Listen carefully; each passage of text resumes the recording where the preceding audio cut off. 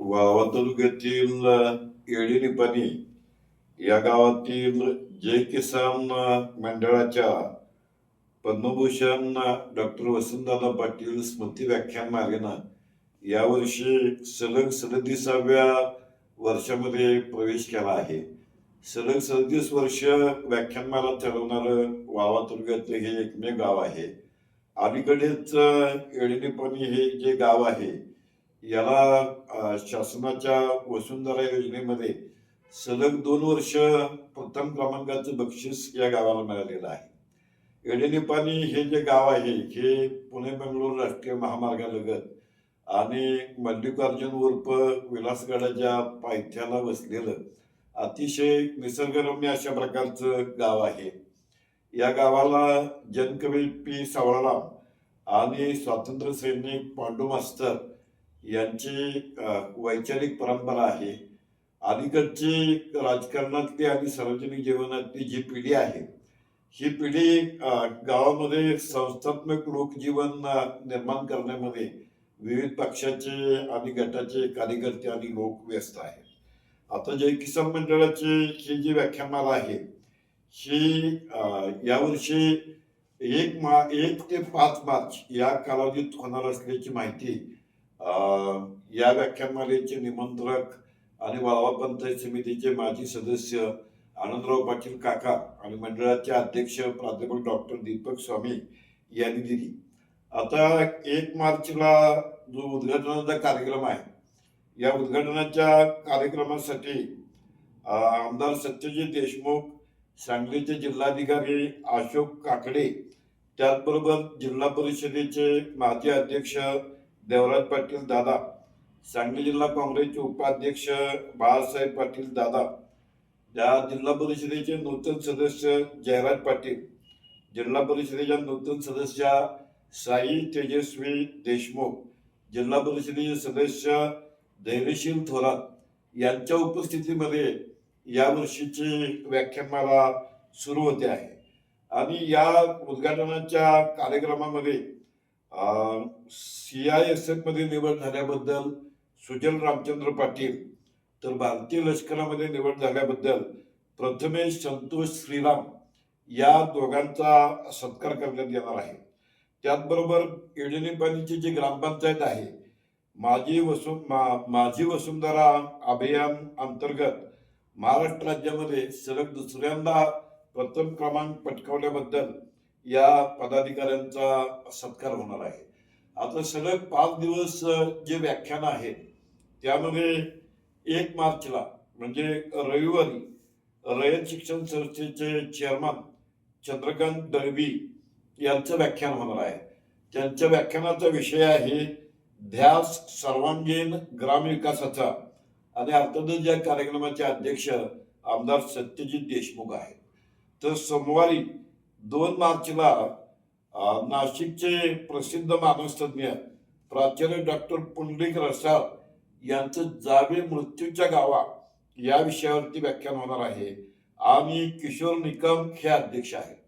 तर मंगळवारी 3 मार्चला कोल्हापूरच्या सामाजिक कार्यकर्त्या सीमा पाटील या स्त्री समजून घेताना या विषयावरती बोलणार आहेत. आणि कोल्हापूर विभागाच्या वस्तू आणि सेवा कर विभागाचे उपायुक्त डॉक्टर अनुराधा पाटील अध्यक्ष आहेत.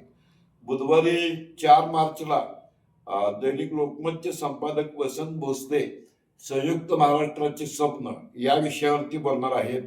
तर कडेगाव पंचायत समितीचे सदस्य डॉक्टर जितेश कदम हे अध्यक्ष आहेत. समारोप प्रसंगी गुरुवारी म्हणजे 5 मार्चला बेळगावचे प्रसिद्ध कवी नाईकबा गिड्डे यांचं गाणं, कविता आणि बरंच काही सादर करणारा द नाईकबा शो हा कार्यक्रम होणार आहे. आणि पंचायत विकास निर्देशांक व राष्ट्रीय पंचायत पुरस्काराचे राज्य समन्वयक श्रीधर कुलकर्णी हे या समारोपाचे अध्यक्ष आहेत. आता या व्याख्यानमालेचं जे ब्रीदवाक्य आहे ते सर्वांनी यावे, सर्वांनी ऐकावे अशा प्रकारचं ब्रीदवाक्य आहे. आणि या ब्रीदवाक्यानुसार 1 ते 5 मार्च या कालावधीमध्ये येडेनिपाणीमध्ये त्यासाठी जे खास सांस्कृतिक व्यासपीठ उभारलेलं आहे तिथं रोज संध्याकाळी 7 वाजता ही व्याख्यानमाला होणार आहे. या सलग 37 वर्षे जी व्याख्यानं झाली, या व्याख्यानमालेच्या कार्यक्रमामध्ये आतापर्यंत सुधीर मोघे, गणपत पाटील, चंद्रकांत पाटगावकर, जगदीश खेबुडकर, सिद्धूताई सपकाळ, तारा भवाळकर, अरुण म्हात्रे, मधुकर भावे आणि राजकारणातले जयंत पाटील, अण्णासाहेब डांगे, शिवाजीराव देशमुख, शिवाजीराव नाईक यासारखे दिग्गज जवळजवळ 180 पेक्षा जास्त वक्ते या व्याख्यानमालेसाठी येऊन गेलेले आहेत. ह्या व्याख्यानमालेच्या सुरुवातीच्या काळापासून मी साक्षीदार आहे. या व्याख्यानमालेचं वैशिष्ट्य म्हणजे उत्स्फूर्त अशा प्रकारचे येडीनिपाणी पंचक्रोशीतील ग्रामस्थांनी नागरिकांची गर्दी ह्या व्याख्यानमालेला होते. शिवाय ही राज्यातली एकमेव अशा प्रकारची व्याख्यानमाला असावी की रात्री 7ला कार्यक्रम सुरू झाल्यानंतर उशीर होतो हे गृहीत धरून व्याख्यानमालेसाठी येणाऱ्या परगावच्या श्रोत्यांच्या भोजनाची सोय करणारी ही आपल्या राज्यातली एकमेव व्याख्यानमाला असावी. वावा तालुक्यामध्ये सर्वाधिक काळ सलगपणे चाललेली तर ती एकमेव विक्रमवीर अशा प्रकारची व्याख्यानमाला आहे.